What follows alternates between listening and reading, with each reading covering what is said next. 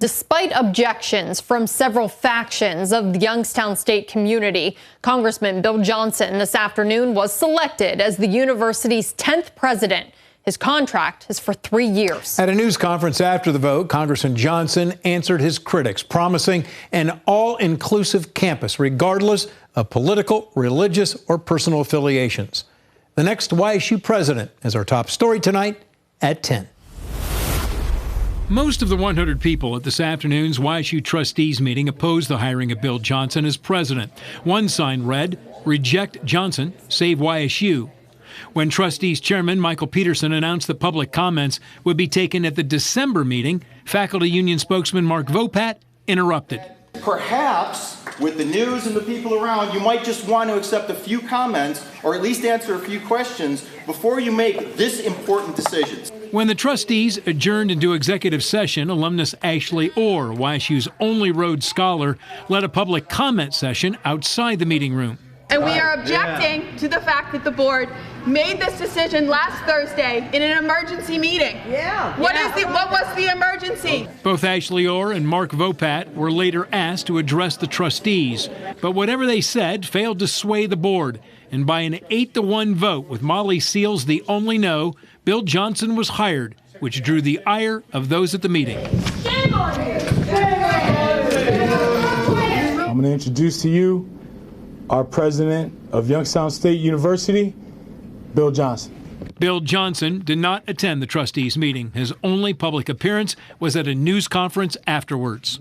My focus will be on fostering open dialogue, understanding diverse perspectives, and contributing positively to the well-being of every student. Johnson admitted he did not take a traditional route to become president, and while he said his history in politics will not be reflected in his decisions at YSU, he also admitted he will have political opinions.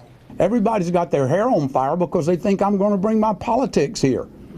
But if everybody else is allowed to bring their politics and ideology here, and I'm not, how is that fair? Johnson will make $410,000 a year. He will live in the presidential house on Wick Avenue. He will start before March 15th and expects to resign as congressman sometime in the first quarter of next year.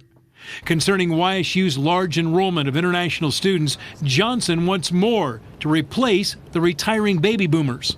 And I would love to keep many of those international students here because we need them. America needs them. The best candidates for high-level positions in academia and also in private industry are already well employed.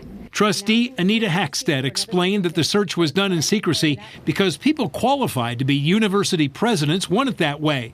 Public searches, said Hackstead, do not get the best candidates. Announcing their candidacy for another position puts their current employment at risk and can end badly if they are not chosen as the finalist. I am extremely disappointed with the board.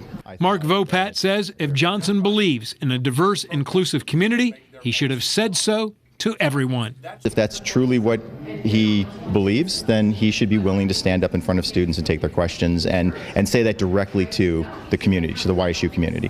It shouldn't be in a press conference. I do not feel heard, and I do not feel included. And this runs counter to the experience that I have had on this campus. Already, people are lining up to take Bill Johnson's position as congressman from the 6th District in the U.S. House of Representatives. I talked with Trumbull County Commissioner Denny Malloy earlier tonight, who said he is seriously considering being a candidate. Hi, everyone. I'm Lindsay Watson. Thanks for watching the WKBN 27 First News YouTube channel. If you want more video news, subscribe to our channel. And don't forget to download the WKBN 27 First News app for breaking news alerts.